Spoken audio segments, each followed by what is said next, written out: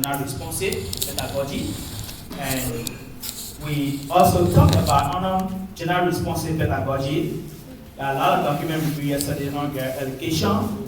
We talked about inclusive education for yesterday. All of the documents I will review as one that made more emphasis on education. We also talked about yesterday, and one of the key takeaways yesterday about the Echo School. The Echo School, where children learn the 7 steps in the Echo School, gaining knowledge through the 7 steps in the Echo School yesterday. And another point yesterday we talked about, okay, the Echo School also part of the green skill. We also do a alignment yesterday on our worksheet that was given us to align if we are seeing the TTR curriculum, the university curriculum, whether the green skills is also aligned with our curriculum. We did that yesterday at the beginning of our discussion. So team, if anything that was something yesterday, I'd love to stop there and then go around the table to also act up from the various tables. All right, so Moses? Thank you. The presentation on the green skill yesterday, we captured 4 sustainability on the sustainable development, that is the cultural, social, ecological, and that of the economics. And then furthermore, we define green skill as the knowledge, the ability, values, and attitudes needed to support a sustainable, resource-efficient society. We also got comment from Group 2 that for green skill to be adequately, implemented, we needed to include or integrate green skill into our various curriculum for learners. And then we also, our group also proposed that a revised curriculum developing instructional materials and training teachers, educators to embed sustainable principles across all subjects, that is for green skills. And then we also came up to make sure that the meaning of green skills, why green skill is called green skills, should be embedded into the curriculum. And then the relevance to education, the type of green skills, the meaning, principles, and license planning of green skills should be done. And then furthermore, we went to Group C where they said green skills should be included, such as school gardening, hands-on experiments, like materials be developed, environmental policies be developed for green skills. And then we concluded that in aligning with the university, according to Dr. Jala, the ministries or the ministers place more emphasis on green skills being included into the national curriculum for the teacher training institutions. So we captured that yesterday. So what do we resolve? What do we resolve? Yeah.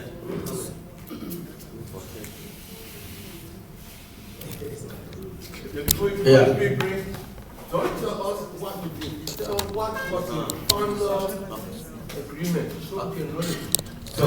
So I'm just going to project what Moses spoke on, particularly green skills. So yesterday there was debate on whether green skills should be considered as a standalone course, or if it should be like mainstream through other courses. So that debate still lingers on. We did not conclude on that. So it was agreed that we're going to have plenary session to come out with a final decision on whether we're going to consider green skill as a standalone course or not. Then regarding gender responsive, there were debates about what is considered gender. I mean, not just looking at it from the point of view of females, but also from the point of view of male. Gender responsive what? Gender responsive pedagogy. Thank you. Thank you. Doctor?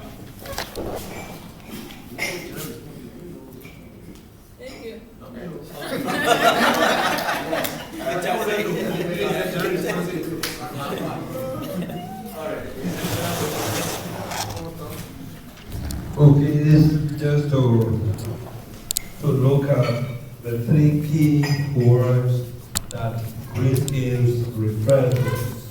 Someone rightly stated, we have knowledge, attitudes, and abilities. So the three elements together enable individuals to live, work, and act in ways that support environmental sustainability. And we look at knowledge, which is the understanding or information people have about the environment, climate change, pollution, waste management, energy conservation, and sustainable practices. And looking at the attitudes, we say the values, beliefs, and motivations that influence how people feel and behave towards the environment. And lastly, the abilities, which sometimes we refer to as the skills, so practical competences that enable people to apply great knowledge and attitude in real life situations. Those three keywords really caught my attention yesterday, and of course, they are very important when it comes to great skills. Yes. All right, thank you. Yesterday, specifically the presentation, the general concept was great skills, but the presentation captured two aspects of a great skill: the ecological sustainability and the economic sustainability. All of them, they are reflecting what we call sustainable development.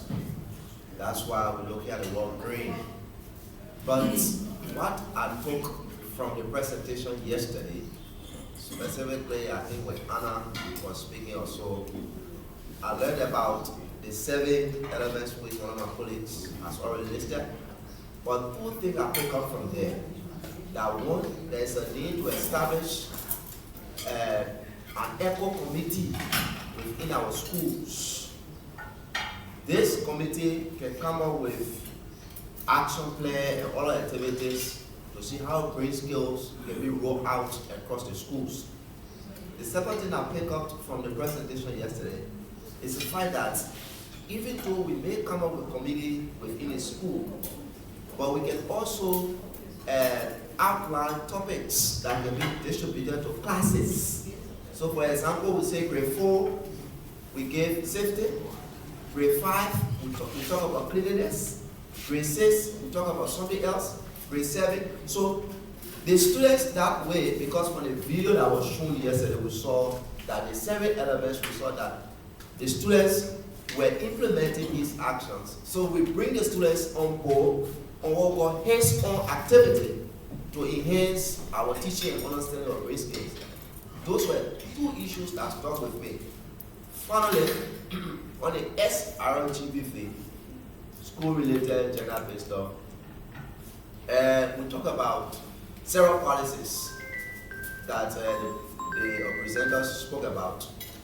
But the issues on gender-responsive pedagogy we talk about were some of the issues, like we talk about sexual harassment, abuse, coercion, and this. So the conversation yesterday was in our group discussion, how can we resolve these things?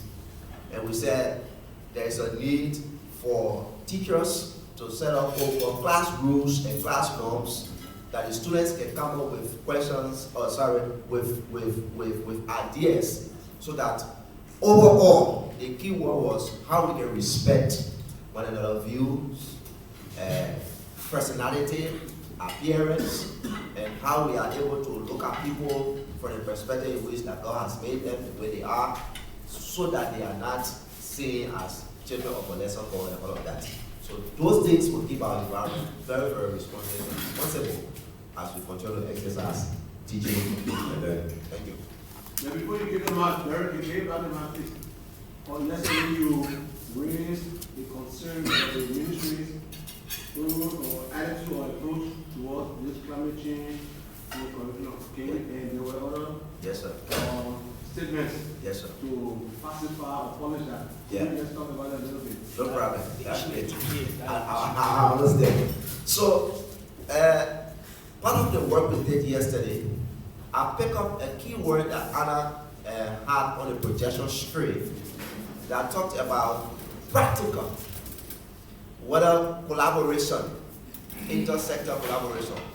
And I said yesterday, and I still maintain, that there has not been any practical approach, practical engagement. I want to say that the director spoke from the point of policy. There have been meetings, which I can't disagree with that. There will always be meetings. But the practical aspect of it, that was where I said it hasn't been practical. And then Dr. Jackson made a very beautiful contribution to the conversation that he even worked with the, I think, EPA and developed a curriculum. He has those curriculum in his possession, which I'm asking to also send me soft copy, since it has to do with secondary school as president of the Principal Association. I'm very much interested in taking that conversation to principals across Liberia.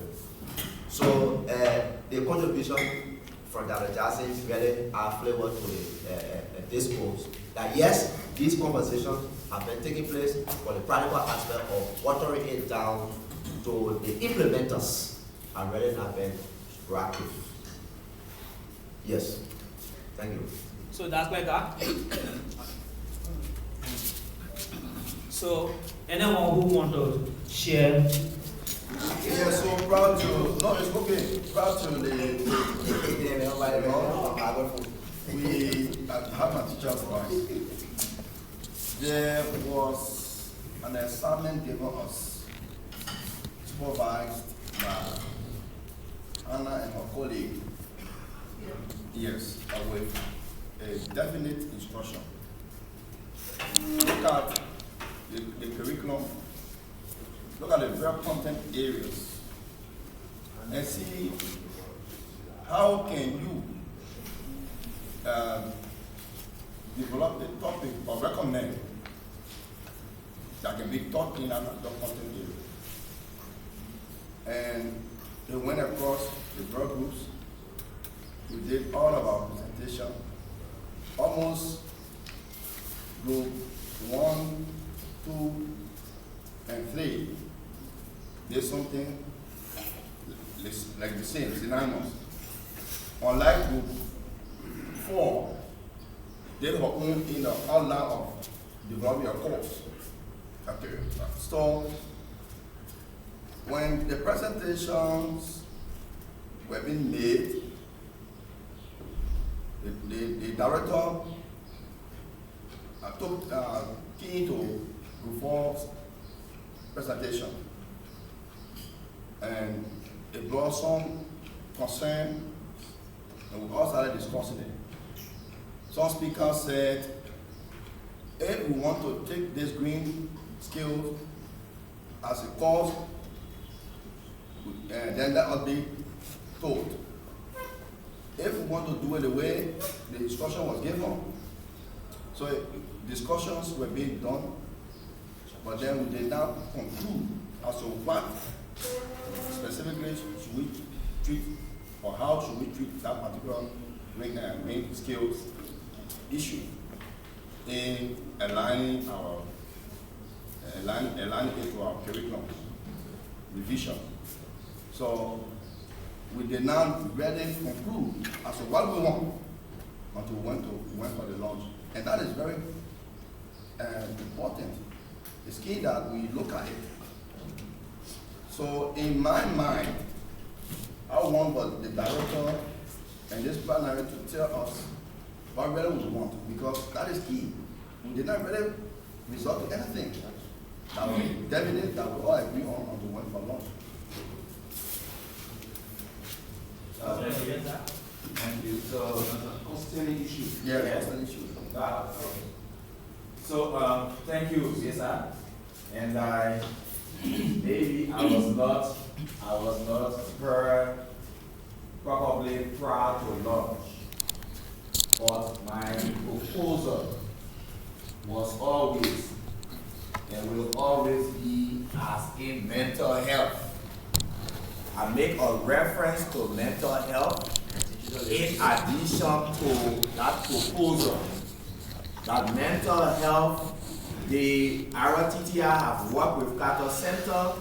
We have developed, we identified 10 different topics. We have developed section plans on that. And we were just waiting for the revision process to embed. We also identify where, on which booklet, such topics should be embedded. Having said that, and we will also share those materials with the TAs so that when they are reviewing and want to update the mental health components, they will see what the TTI have done and they could add to. Having said that, I propose SIN for green skills because as mental health is a global issue, so as climate resilient, quote unquote, green skills. And we say, I think group 1 or group 2, somebody said that, or maybe Derek again, that such a skills could be used for not just as a court crossing issue, but it could be used as a project-based approach and a lifelong learning skills that the teacher is not the student, that the teacher acquire, and he allow his student to partake in activities that is also, but then very protective to also the environment. And further to that, we requested that if the university decide to pick up, and my comment was that in the last section, when green skills were presented, even Dean Kase said that one of the things that interests us most was that green skills be given attention and if need be adopted as a course into the university curriculum. But as we are here, that is not our line, that is not our purpose. As she said, that's a recommendation for the future. I see need be that it is important for the TTIs. And because the TTIs are rural schools that also have some other communities as such, and even urban rural, it is also important that people know more about green skills. And when teachers graduate from the TTI and get back to their counties of assignment, those practices can be employed. I understand Sana's point that it will cut across, and my point has always been some of those things that cut across, skills have not stood up. And if green skills, quote unquote, climate resilient change that is in one of our biggest projects coming, if it doesn't stand out, maybe for other people to take it as a livelihood, or teachers could get benefit from other cycles, from other projects, from other training, based on the skills acquired. So it was the point I made, and exemplary there is say otherwise, and there's a justifiable reason why. That we should not take that as a course and add to the TTI curriculum. I still maintain and I'm proposing that it should stand as a course like mental health. And the group, the task for the RTTI will be how and where to embed such course when we agree. Thank you. Thank you, Director. I think that's going to be the class. I want to support the director. I want to support the director.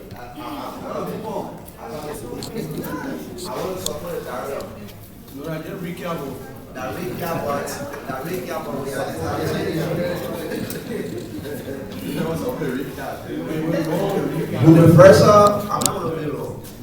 Universal Design for Learning, when it came on the UC Test project, we were fortunate to found the development of that curriculum. It had to stay as a course. But as we speak, Universal Design for Learning, when you learn it as a course, it is implemented across all the courses. Because how do I learn Universal Design for Learning and implement it in my course as a strategy for teaching when I have not gotten the full knowledge of it. So the idea of green skills study as a course, I support that idea because before I can integrate green skill in my course, I must have gotten the knowledge before going to do integration. Let me just say something. Thank you so much. Mine is not a recap because I wasn't present yesterday, but I want to focus on the suggestions placed on the table for example, green skill to either be embedded into a topic that will have similar to that or to stand alone. What I want to say is that let us remember the duration of the C certificate program as we are suggesting new sessions to stand alone. If I can recall what Director, the mental health, we suggested that the mental health should be embedded under the child development. So 2 units were developed so that when we are doing mental health, it will just be like embedded into it. So let us be careful. It's just a 9 to 10 month program where graduates will be considered teacher at the minimum level, the C certificate level. So whatsoever course we decide that they should be a standalone, let us also consider the structure that we already have, the ones we're considering, the ones we may drop by the end of this process, and to make up with the time. Thank you. Yeah, okay. Thank you very much. So the 2 ideas, I think, work because subject integration, you see, is not a new thing. Okay. It can be a course by itself and also be integrated in other subjects. Because even like, for example, math is a course by itself, right? But you can find it in other subjects, but yet it remains as, a course by itself. So, I mean, the same can be a green skill because even if it's studied by itself, it's already embedded in other courses. Like, for example, science.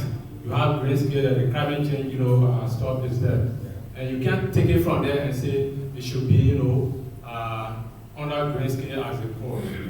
You see that? So we can take it as a course and also we can, can be integrated into other subject areas. That's what I want to add. Mm-hmm. Thank you. Is there anybody still back want to share? Close it up. Okay.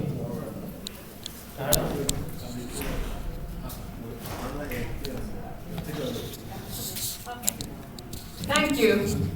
We'll continue with the workshops and a bit different start or not different, but we had one material made by UNESCO. So we would like to, before you start the mapping, and then mapping on this, the plus and minuses on this table, and before presenting or starting to think what to add to our courses, if you want to add something related to gender-responsive pedagogy or school-related gender-based violence prevention. We found document we would like you to take a look at first, and then do the same things you have done in yesterday with green skills and so on. So we are going to show you the document, and familiarize yourselves with the following pages of the document, in small groups. James has saved it to the plastics, so in each group there should be a plastic and you can open it from there. And take a look first at the table of content, and then especially the model 4 and 5, gender-responsive school environment and gender-responsive education and teacher education, and maybe list of tools. The 2 tools we used yesterday were from this annual. And you can, while you read it or take a look at it, think, is there something which could be useful in your work? for teacher training. So I'll show it to you first so that you know what we are talking about. It looks like this. Gender responsive education made by United Nations and the International Institute for Capacity Building in Africa. Toolkit for teachers, teacher educators, school managers and curriculum developers in Africa. And then we can take a look at the table of contents first.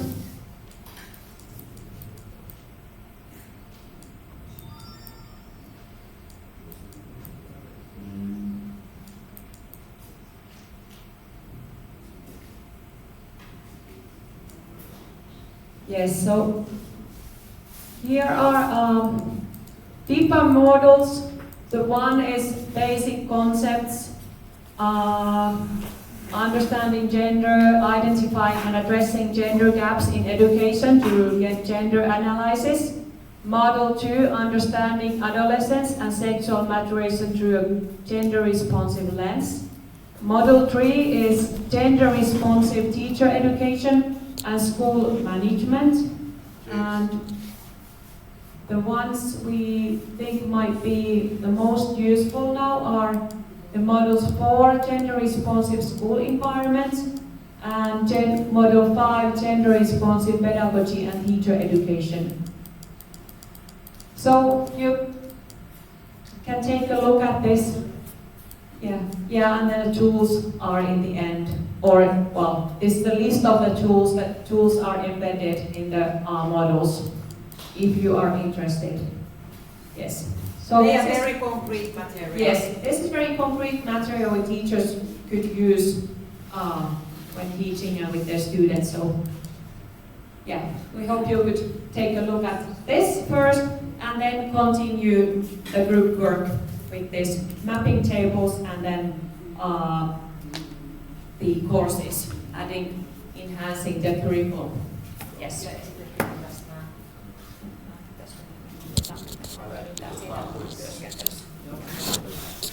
Yes.